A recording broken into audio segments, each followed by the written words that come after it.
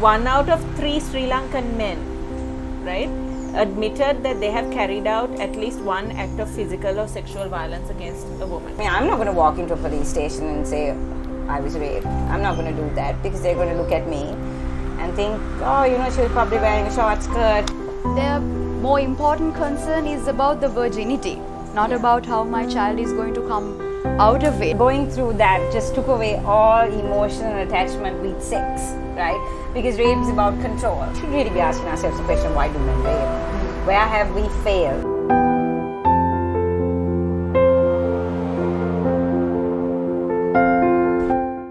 So today we're going to talk about a topic that we've got loads and loads and loads of requests about.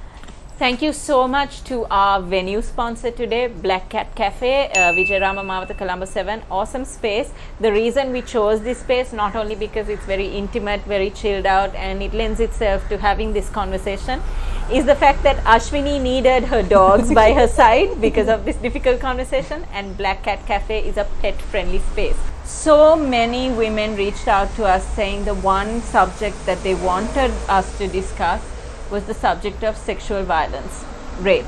And it is obviously a very common topic that's out there in the news, but for some reason in this part of the world, it is not a topic that we're ever comfortable talking about face to face. I personally know of so many stories out there where the women just don't feel strong enough to come out in the open and talk about what's happened to them. First we have this rock star looking glam goddess over here, Ashwini, and Ashwini has been very open and very vocal about her experiences and about her thoughts on the matter. And we also have Ashwini. Ashwini is I think therapist. There's Tinkerbell and Manali is seated over there. I don't know if you can see her, but yeah, so they're here to calm us down or Ashwini down, but more than that, they're here to make me feel better that there are dogs in the room. And then we have Uwasara, who is training as a clinical psychologist. Uwasara and I have had some experience working with people and supporting people in mental health work, and I want her to be here today because there might be a lot of you out there who need to hear what she has to say about how you can heal and grow from an experience you might have had. I don't want to put you on the spot, but are you okay with taking us through what your experience has been? In brief, I mean, I can gloss over it. I am a survivor. I don't like to use the word victim, obviously, of sexual assault. The sexual abuse started when I was younger. The rape started when I was 11. I was about 14 or 15, 16 when it was done. So it happened, and I've had to spend a lot of time and a lot of effort in trying to, accept that it happened, and also to kind of make an effort to see that it doesn't affect my ability to form normal relationships and have a pretty standard life with a job and stuff like that. So yeah, it has been challenging. It is challenging. It's always challenging. It's a journey, Yeah. right? It's Yeah. something that you carry with you forever. It's Yeah. how you learn to deal with it, and I think you've done like brilliantly well, because the fact that you have your own thing going, you have like plenty that's helping you. Yeah, I mean, the dogs have obviously, they've helped a lot.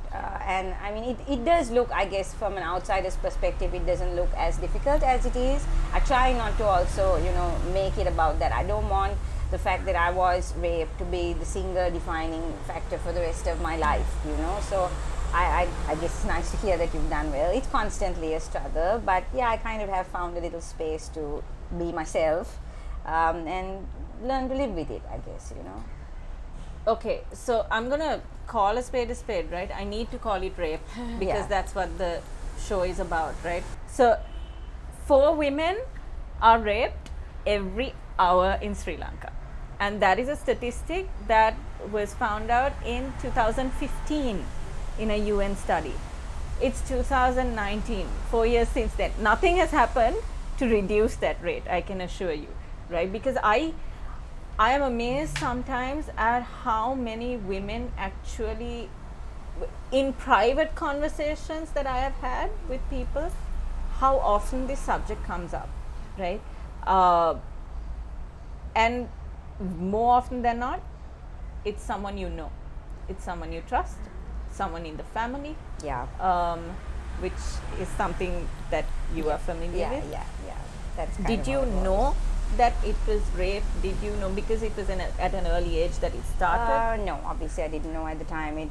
That's part of the the whole problem with this thing, as someone who has been through it, is this inherent sense of guilt that you have. And I was pretty messed up when I came out of it. I mean, really messed up, like severe psychological damage, severe self-harm, numerous serious suicide attempts. Round about the time I was 19.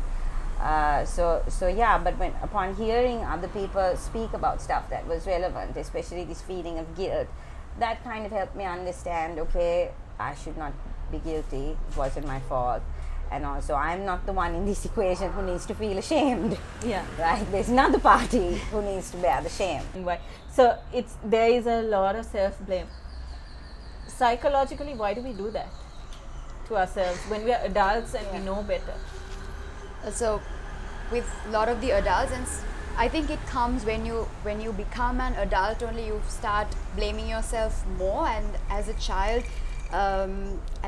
you are told that you are wrong, that most of the time, in the cases that I have worked with, it's unfortunate that most of the time the family, the teachers or whoever you go to, they're like, it's your fault, it's you were too attached to that person, or you were not wearing the right thing, or some sort of the other, you should have known better, or something is said to them, right? And you live with that. Like you said, it's a lifelong thing, it's not just a one-time thing, you live with that. And like you said, once you start coming to terms with it, and then when you realize something serious has happened to me and I've lived with it for so long, and then at that time again you think, okay, I am the person who is wrong, who is to be blamed for this thing. Why did I freeze at that time? Why couldn't I do more at that time? Like you said, why wasn't I forceful enough? Yeah, in my and also I think this happens to a lot of girls. Like, we talk about rape, and we also we have this perception that rape is always by some stranger who kind of catches you in the On the corner road, of a yeah. street in the middle of the night and does this. Rape happens with people you're in relationships with. Yeah. And when you're in a relationship with someone, and if that person has taken advantage of you, of your body, without you saying yes, sometimes girls may not want to do it, but they don't know that they can say no, so they don't say no. It doesn't mean that they have given consent, but and they think, okay, he has a right, and therefore, but they don't enjoy the experience, and they end up hating themselves for it. They end up hating sex. They find reasons to confirm that guilt and the shame that they have, and which is really, really unfortunate and really sad. Ashwini, at any point, like, as you grew older and it was happening to you in your adult years, or rather late teenage years, did you tell anyone? Could you tell anyone? Well, Did you no, try to- actually, I didn't really tell anybody. In part, that is because you have this whole thing of don't tell. Okay, so then, yeah, that's a big Don't talk thing. about it. Yeah, that's the abuser's strong point also, no, don't tell. Yeah. And also this whole guilt and shame that is associated with sex in this country anyway, right? You Yeah. can't talk about normal sex. Okay, you Yeah, can't. we don't have sex in Sri Lanka. We don't. Nobody's No, doing it. nothing right? like that. Yeah. ඔහොම දෙයක් නැහැ. Right? So you can't. Sanskruti, right? Yeah, you can't, right?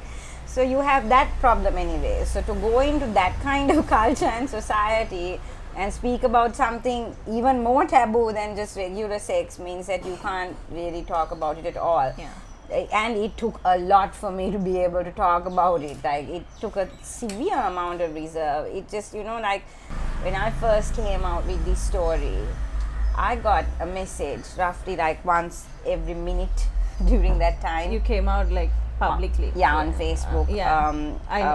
That incident. Yes, that saga. Okay, yeah. Literally every minute there were people messaging me, people who I knew and people who I didn't know, saying they had gone through the same or similar. And so many people told me, you're the first person I've told this to. And then I began to understand, okay, this is how bad it is. Not only does it happen so frequently, these women can't seek help for themselves because they feel that they can't talk about it. And you were saying like there are parents who don't want the daughter to say that she has been raped, even though it wasn't the daughter's fault. This thing of that thing being put into her head that don't tell anybody because you're not marriageable then. Yeah. What is that nonsense? And it's also so unfortunate. I don't know if you've met people who have gone through the same thing. Like when you talk to parents, their main concern, that's what I was talking about with Shanuki earlier, their more important concern is about the virginity, not about how my child is going to come out of it, how she is going to grow, or how am I going to help her heal from this experience. Have you ever, so now you're like quite, you have a special look about you, right? You have your tattoos, you have your own sense of style, and I think by conventional standards, by the old-fashioned crowd, it could be like, oh, she's someone who's out there, and not someone who necessarily cares about this thing about virginity and all of that, right? Actually, it's interesting that you bring that up because the tattoos here, like, they get a lot of stigma anyway, but I have them to cover up the 200 odd self-injury scars that I have as a result of this experience. So when I do people do question me about the tattoos and I feel comfortable enough, I do explain to them. So they're all stories. They're about different people that have helped me along the way, and they're everywhere, they're very deeply symbolic. And I do explain to them, and then they feel terrible, which is great. Which is awesome. Did you start cutting yourself at 11? The self-injury goes back quite far, so maybe by about 13 or 14, I think. I myself don't remember why exactly I started doing it. I think somebody asked me when I was quite young why, and I had responded that I wanted to make myself ugly. So, so that you wouldn't attract men. Yeah, exactly. And I've read a lot about it. It's a very common side effect of sexual abuse and assault and rape. It has a lot of different meanings. I guess it's the ability to make the pain tangible because it's an emotional struggle, and a physical wound is a manifestation of that you can see and feel, so perhaps that's it. But it got to the point where I couldn't be left alone, it was so bad, and both men and women have been so supportive, and you'd be surprised, I think, sometimes how kind people can be, and how understanding they are. And it helps, I guess, if you are successful also, that makes a huge difference, that you do have a place, that you're not just making yourself become just only about this thing. So I guess maybe that helped, and also, I don't ever come across as angry about it. I let go of that a long time ago because he's not angry, no.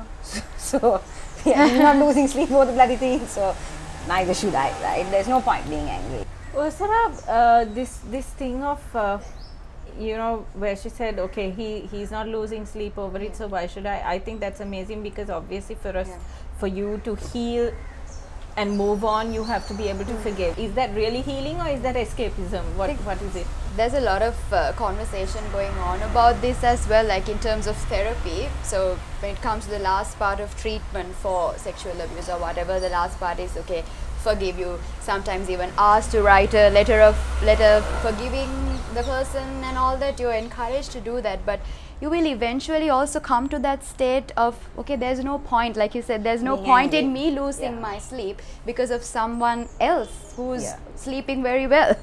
Right? Exactly. So I think it's also part of coming to terms with it, but I also don't feel like you have to force that person, okay, you need to forgive that person to come out of it. Are you able to or willing to talk me through your experience? That I can't. Okay, you don't not about the specific details. Some of it, I don't remember myself, and I'm cool with that. Like, if your brain is saying, look man, this shit is too traumatic, don't go there, right? So, I do remember parts of it, obviously, but that particular thing, I did that recall exercise just once, and it's extremely difficult. Let's not do that then. Yeah, that's extremely difficult. I can give you like the breakdown of it, but I'd rather not, to be honest. But to touch on what she said earlier about anger, I firmly believe that anger solves nothing. You know, it solves nothing. I mean, I won't say like it's not someone's fault, right? Like I don't know. That's a tough thing. There's a big difference between fault and responsibility, right? Say for example, in my situation, the person who did that to me, God knows what he went through, right? That may not be his fault, but it is his responsibility to seek help. You know, like so same with me. I mean, what happened to me was not my fault, but it is my responsibility to make sure that I find a way, whichever way, letting go of anger or having a good job or having a good support system to move forward with it. So yeah, it's really complex, this blame allocation thing. Are you okay to talk about sex though? How this kind of conditioned your view of sex because you've been married? Has the fact that you were raped in your life conditioned the way, maybe at the beginning even, when you were tremendously. The whole point about falling in love? Did you have trust issues? Did you have fears? Did you have that's, I mean, like in one part for me personally, going through that just took away all emotional attachment with sex, right? Because rape is about control, and you know, like it's not a sexual act in terms of pleasure or loving feeling or anything like that. And it took me an astounding amount of time to make the distinction between, like, you know, just this baser primal act and something that's part of a committed and loving relationship. But you were okay with the concept of sex? Because there's a huge amount of survivors that I have spoken to who are my friends who have said yes, they were sexually violated, and then as a result they became very promiscuous. If you read a lot of the psychological aspect of abuse and violence and all that, it says that, you know, when you once experience it, and then for some people it could be some sort of, you know, they are already scarred after this experience. So now it's like whatever. Like whatever. Pretty much, you lose value for it. Like what value do I have for myself? Because like most of the time they are not encouraged to regain that self-control or rebuild their self-worth and heal through it, right? So okay, I'm already scarred, and this, especially in our kind of society where this is like the black mark and this defines you thereafter, or raped, and that is what defines you. So I'm 34 now, right? It took that long to be able to be intimate with someone, not just enjoy pleasure with someone or have a physical experience, but to be able to trust someone in that way, you know, so it actually took until now. So yeah, I mean, it changes how you, I just lost value for sex. It was just like a transaction, you know, like just something that you would do with a social activity, basically. And I think especially if it's their first experience also, right? If their first experience of sex is abuse or rape, then I think the situation is completely worse. Changes. It completely changes. For a girl out there who is watching this show right now, or even a boy, because I know men go through it also, go through rape as well, at the hands of other men or even at the hands of women, it can happen, right? For someone out there who is watching, who doesn't have the network, the support that Ashwini has had, and who doesn't think they can ever let people know, psychologically, what are the things that they can do for themselves at least to sort of emotionally get over this hurdle, that this whatever barricade that they built around themselves? There are discrete mechanisms of support. So there's online counseling, which I have used. There's this site called BetterHelp, and it's very good. It's really reasonable. You know, and there are online forums also, and yes, you can reach out to people like us. People do reach out to me. I do try to help out whenever I can to help people come to terms with it. But single-handedly, it's difficult. Like that's really why I said the support system is key, because you need that push. You need that other person to say, that's okay, you're not dirty, you're not weak, it's not your fault. You can come out of it. But also I think, since you asked what you can do individually, maybe journal, maybe write about it, draw, and also watch people who have survived. Listen to talks like, you know, listen to people like Ashwini who have come out of it and who talk about it, and listen to their journey, be inspired by that. Talking to someone trusted, someone you trust, is actually the first step. That's when you first telling at least one person. One person. You have to be very careful about who you're talking to, That is also something we should mention, because because there you talk to a trusted aunt, and then the next thing you know, the Or they Reuters just the ask whole you asinine neighborhood questions. and then the Reuters network. Yeah, like why didn't you go to the police? I was 11. I mean, I don't know. Do you know a lot of 11-year-olds go to the police station? Let's talk about the police. Okay, Yeah. let's talk about the police. Now, I know that Sri Lanka does have laws.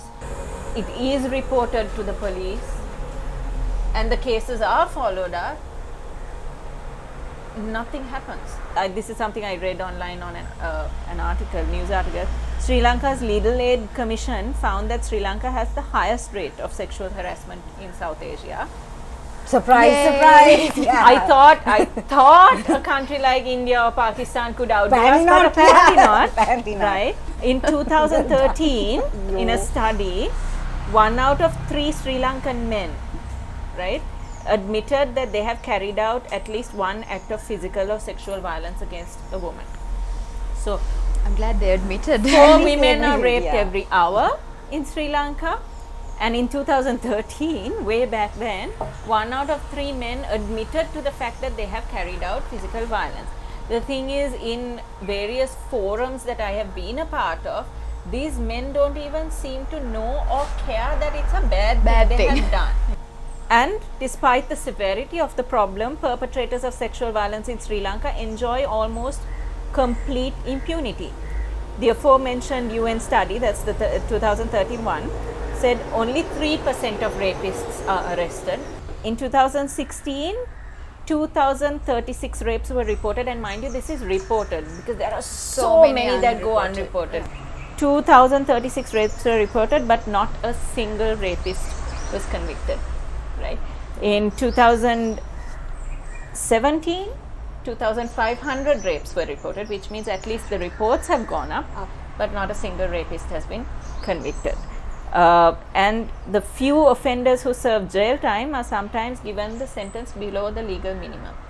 At the time that I first came out with this story, I did meet a lot of people, a lot of lawyers offered to represent me for free, and because it was a childhood case, there's a certain amount of protection that is afforded to you. So I did meet with the Child Protection Authority and all of that. The reason I chose not to do it was because I felt that they would, a competent defense would attack my credibility, and I being the most unconventional person that you could think of. And I know a little bit about your case to know that there would have been a highly competent defense. Yes, yeah, Right. that would have been the best, right? Yeah, so the hardest thing Yeah. is when your attacker is someone who's so well connected and can pull all the strings. Yeah, I know. So I mean, That that's why I angers me. didn't do it. And also, like, right now both my parents are dead. At that time my dad was still alive, and he also had a complicated, life, and I didn't want them to kind of say it was him. Like, that's what I thought also they would try to do it, because I mean, I'm like a spectacular example of a bad childhood on all fronts, right? So, like, it's one of them things. So I just, like, I didn't want to do it for that reason, and I guess that's how everybody feels. I mean, I'm not going to walk into a police station and say I was raped. I'm not going to do that, because they're going to look at me and think, oh, she was probably wearing a short skirt, and like, she has those tattoos and stuff. That is one of the reasons why these cases go unreported. And also, like, I remember you asking Ashwini if she's okay to recall. So that's what that's what happens in the government sector. Yeah. I don't know, maybe in the private sector as well. So you go to the police, you tell your story, Then again then you you're tell the story. brought to the JMO, the judicial medical officer. Like, you repeat the same story, then you're brought to a psychiatrist, you repeat your story, then the social worker, again you have to repeat your story. So, like, we are re-traumatizing the person, and that is one. Sometimes when they're referred to us, they're like, I'm done talking about it. Can we Yeah. talk about something Something else. else? I have Yeah. friends who have gone and reported rape and sexual violence, and the first question they asked is, what did you do? Or what were you wearing? Where were you? What time was it?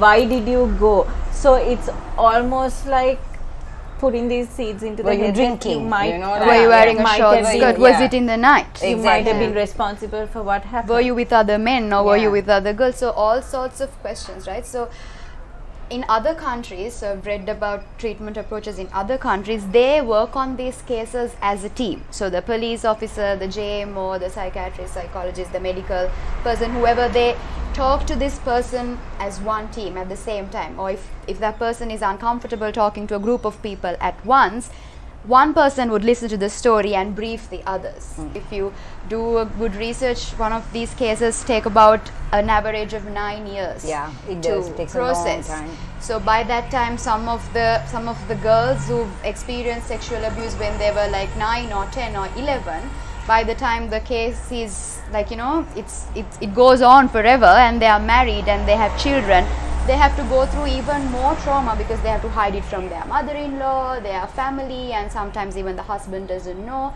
They don't want their children to know. So they're like, why would I report? What would I gain by reporting this? What would you get out of it? Yeah, so I'm just being re-traumatized. There's nothing that I'm gaining from that, right? I read that in the north, there's apparently this new trend of rape videos. They call them snuff videos, right? So it's this thing of gang rapes and rape videos where, like they're paying the girl afterwards as compensation for getting raped. And these are videos that are being sold for money. I don't know, that famous case, Vidya, was also a victim of that.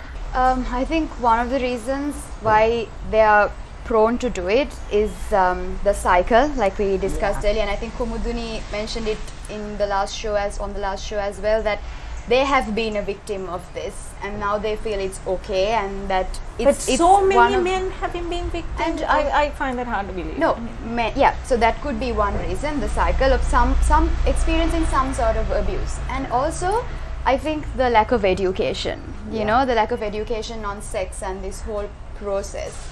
Some men just do it out of curiosity. They want to know, and also to know how it is to how it's done, and you find a vulnerable person, and then just go and do it, right? And also in a patriarchal society, that whole element of power. men being in control and power, that's, you get excited by that power. And I guess instead of thinking about what victims or survivors could have done to prevent rape, we should really be asking ourselves the question, why do men rape? Where have we failed so tremendously as a people that we have this heinous act that is so common, and all the blame is being allocated on the person who undergoes it. Even if a man is convicted in the rare occasion that he is, society will just move on. And if they know about it, how do they even know about it? No, but then there are newspaper articles that I have seen, Ashwini, of like these gang rapes happen, these men have been identified. And there was a story like recently in the Mirihana police station. She was in a refugee center that was under the protection of the Mirihana police station, and there was a police officer who had raped her, and nothing happened to him. Parents tell us, dress properly, dress conservatively, cover up, don't go out at night, don't step out, don't travel alone, blah blah blah blah. And I understand parents are scared, they want to protect their girls. Yes. But here's the thing, parents, your child cannot be, or your daughter cannot be protected. Even if she's covered from head to toe and never steps out of the house, there could be somebody in that house who forces himself on her, and it's not her fault. When you were healing, in your journey, at what point was that sort of switch from the trauma you were going through, you were cutting yourself, self-harm, all of that, at what point did you actually feel like you've come out of it, or I don't feel like I've come out of it. No, what I mean is to this point where you are empowered enough to either talk about it, accept it, move on from it. So I think it comes down to functionality, right? Like, at which point are you still able to function in this society, maintain a job and normal social and intimate relationships, despite the fact that something like this happened to you. But I think it was the fact that I spoke about it in a public forum that really made a difference to me. One was, of course, this level of response. It was incredibly cathartic. I mean, it was really very cool that people were so positive. I remember that. That was the only way in which I could turn something extremely negative into something even slightly positive. This ability to talk about it and perhaps make it even infinitesimally better for somebody who has gone through or is going through the same. And I think that helped me a lot. In addition to that, I mean, like I've done a lot of acupuncture. I still do acupuncture. It really helps. And the dogs really helped. I mean, if we are telling someone like, what can you do? Get a dog. I mean, from personal experience, I guess that being loved unconditionally, that tremendous emotional support, that really, and being responsible for another life, like, okay, I can't fault, I can't just go and off myself because I have these beings that are completely dependent on me. One thing that sexual violence takes away from you is your sense of self-control. Along with your sense of self-worth, you feel like you are weak. You are weakened because somebody has been stronger than you. So you need to reclaim that. Now, personally, I know that self-defense martial arts, which I do, Krav Maga, has helped considerably because you feel tough, empowered, you feel strong. What are the other therapeutic things that we can do?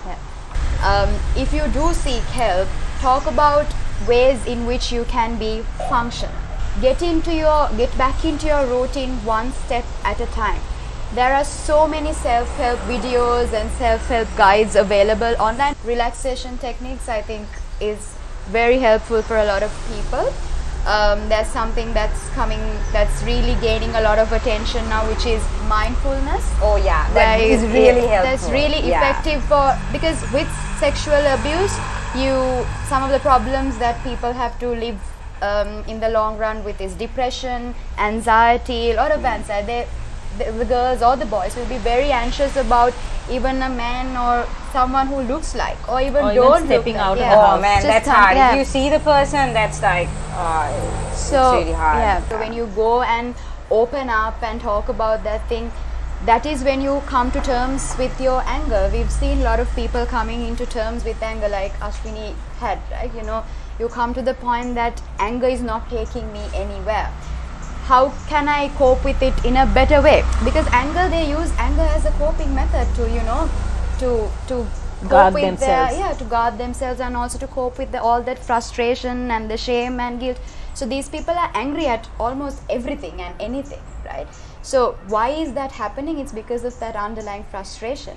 So we need to work on it. We need to help them come out of it. If somebody has been very recently sexually assaulted, what are the immediate steps that they should take? I think talking to a trusted person, first of all, you need to figure out if you're pregnant, then there's a risk of STDs. So all these need to be explored and addressed. So please, if you have, like, I beg you out there who's watching it today, you really need to speak about it to someone you trust. And there are a lot of helplines available, hotlines available, 24-hour available hotlines are also there now. We will put those at the bottom of the show. So these help services are 100% confidential. Then there's nothing to be scared of. Your stories wouldn't be put out there, and it won't be used for anything else, but they will try to help you in the best possible way. Okay, if you go to the police, the safer option is to talk to the Women and Children's Bureau desk there, because it's usually a female officer. They are far more sensitized to the issue. They are trained now because I think they work with women in need as well. So victims of sexual violence, victims of domestic abuse can go to them and talk to them, and they will take you through the steps. I would like to see groups here that support women like us, confidential groups where you can just meet other people who are willing to talk you through it, and you can trust them because they've been through the same thing. And I would really like to see the emergence of something like that, because before we can change the legal system, it's going to take God knows how long, and mindset is also going to take God knows how long. We can easily do something like that. We can empower the others. I think that's what Let's start now. Let's start with this. Let's start with you. Let's start with me. I think the first way we can start to address this problem of rape in Sri Lanka is to talk about it. Don't shh about rape. Did you like the show? Subscribe now to our YouTube channel and stay tuned for all future episodes. We also have a regular feature column every other Sunday in the features section of the Sunday morning newspaper, and that's the brunch section. So keep your eyes peeled for that as well. Bye for now.